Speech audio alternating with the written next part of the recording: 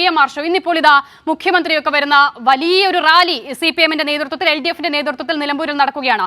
മുഖ്യമന്ത്രി പറഞ്ഞ ചില വാക്കുകളൊന്ന് കേൾക്കാം, അതിനുശേഷം ഞാൻ താങ്കളിലേക്ക് വരാം.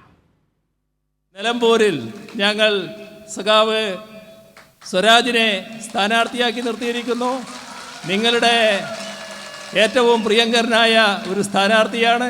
ഇനി അത് കൂടുതൽ വോട്ടോടെ അദ്ദേഹത്തെ വിജയിപ്പിച്ച് നിയമസഭയിലേക്ക് അയക്കുന്നതിലൂടെയാണ് നിങ്ങൾ തെളിയിക്കേണ്ടത്. അദ്ദേഹത്തെ ഞങ്ങൾ അവിടെ കാത്തിരിക്കുന്നു. നിങ്ങൾ ഇവിടുന്ന് വിജയിപ്പിച്ചയക്കുക. PM മാർഷോ, വലിയ ആത്മവിശ്വാസമാണ്. നോക്കൂ, M സ്വരാജിനെ മത്സരിപ്പിക്കാൻ വെല്ലുവിളിക്കുന്ന, സ്വരാജാണ് സ്ഥാനാർത്ഥിയെന്ന് അറിയുന്ന മാത്രയിൽ ഗോവിന്ദൻ മാസ്റ്റർ, തളിപ്പറമ്പിലെ നിലവിലെ MLA ആണ്, ഗോവിന്ദൻ മാസ്റ്ററെ മത്സരിപ്പിക്കണമായിരുന്നു എന്ന് പറയുന്ന തരത്തിലേക്ക് നിലവിട്ടു പോകുന്ന, പിന്നീട് സ്വന്തം സ്ഥാനാർത്ഥിയെയും UDF ചെയർമാനെയും പരസ്യമായി പുലഭ്യം പറയുന്ന PV അൻവറിനെ രാത്രിയുടെ മറവിൽ പോയി കാണേണ്ടി വരുന്ന കോൺഗ്രസിന്റെ ഭയത്തിന്റെ പേരാണോ M സ്വരാജ്?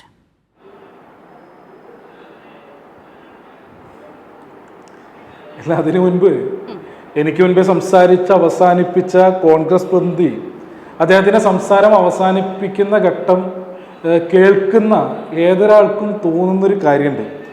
ഉത്തരത്തിലിരിക്കുന്ന പല്ലി ഉണ്ടല്ലോ, പല്ലിയുടെ വിചാരം ഉത്തരം താങ്ങി നിർത്തുന്നത് ആ പല്ലിയാണ് എന്നാണ്. അപ്പോൾ ഇവിടുത്തെ ചില ആളുകളുടെ കഴിഞ്ഞ കുറച്ച് ദിവസമായിട്ടുള്ള ഇടപെടൽ കാണുമ്പോൾ ഈ ഉത്തരത്തിലിരിക്കുന്ന പല്ലിയുടെ അതേ അവസ്ഥയാണ്. അപ്പോൾ ആ പല്ലി അങ്ങനെ കരുതിക്കോട്ടെ, ഉത്തരം താങ്ങി നിർത്തുന്നത് താനാണെന്നുള്ളത്, പല്ലിക്ക് അതിനുള്ള അവകാശമുണ്ട്, പല്ലി അങ്ങനെ തുടർന്ന് കൊള്ളട്ടെ എന്നുള്ളതാണ് അതുമായി ബന്ധപ്പെട്ട് സൂചിപ്പിക്കാനുള്ളത്. ഇപ്പോൾ നാളെ 2-ാം തീയതിയാണ്, നാളത്തോടുകൂടെ നോമിനേഷൻ സമർപ്പിക്കുന്നതിന് വേണ്ടി മാറ്റിവെച്ചിട്ടുള്ള സമയം അവസാനിക്കും. നോമിനേഷൻ പ്രവർത്തനം പൂർണ്ണമായും നാളത്തോടുകൂടെ അവസാനിക്കും. അതായത് തെരഞ്ഞെടുപ്പിൻ്റെ ആദ്യഘട്ടം അവസാനിക്കുന്നതിന് തൊട്ട് മുൻപുള്ള രാത്രിയിലാണ് നമ്മളുള്ളത്. ഈ ഒരു ആദ്യഘട്ടത്തിൽ തെരഞ്ഞെടുപ്പ് ഇവിടെ എത്തി നിൽക്കുമ്പോൾ നേരത്തെ അസീർ തന്നെ സൂചിപ്പിച്ചതുപോലെ ഇന്ന് ഇടതുപക്ഷ ജനാധിപത്യ മുന്നണിയുടെ തെരഞ്ഞെടുപ്പ് കൺവെൻഷൻ, സഖാവ് ആരാധ്യനായിട്ടുള്ള കേരള മുഖ്യമന്ത്രി തെരഞ്ഞെടുപ്പ് കൺവെൻഷൻ ഉദ്ഘാടനം ചെയ്തു.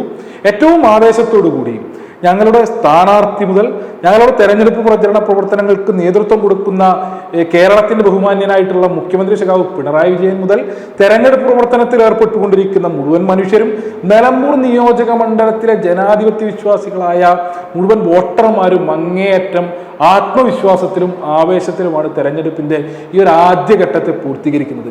അങ്ങനെ ഞങ്ങൾ തെരഞ്ഞെടുപ്പിന്റെ ആദ്യഘട്ടത്തെ ആത്മവിശ്വാസത്തോടും ആവേശത്തോടും കൂടെ മറികടന്ന് 2-ാം ഘട്ടത്തിലേക്ക് കടക്കുന്ന സമയത്ത് നമ്മൾ കാണുകയാണ് ഇതര ക്യാമ്പുകളെ സംബന്ധിച്ച് വലിയ ആശങ്ക, അങ്കലാപ്പ്.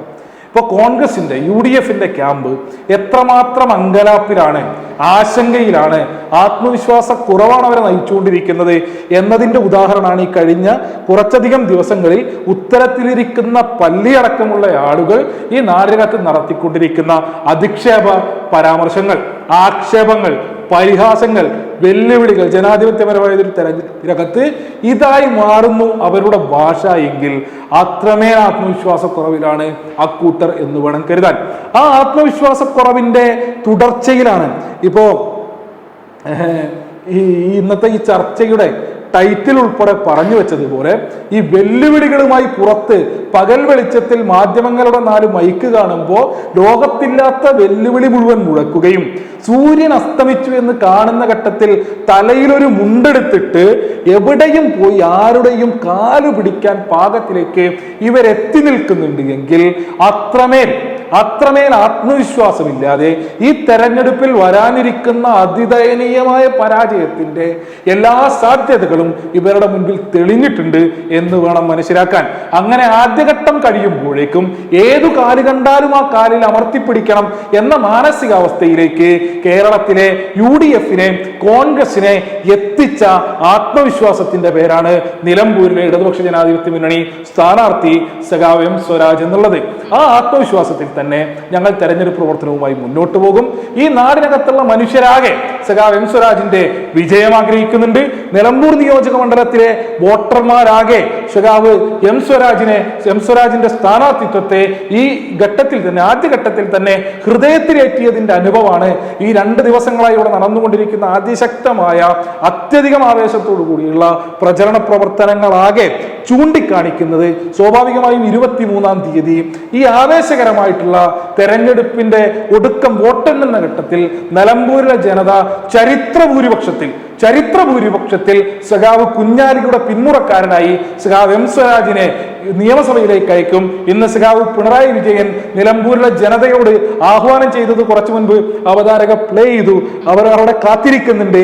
ആ കാത്തിരിക്കുന്നിടത്തേക്ക് കേരള നിയമസഭയിലേക്ക് നിലമ്പൂരിന്റെ ശബ്ദമായി മാറുന്നതിന് വേണ്ടി നിലമ്പൂരിലെ ജനത സഖാവ് എം സ്വരാജിനെ പറഞ്ഞയക്കുക തന്നെ ചെയ്യും എന്നുള്ളതിലൊരു തർക്കവും വേണ്ട.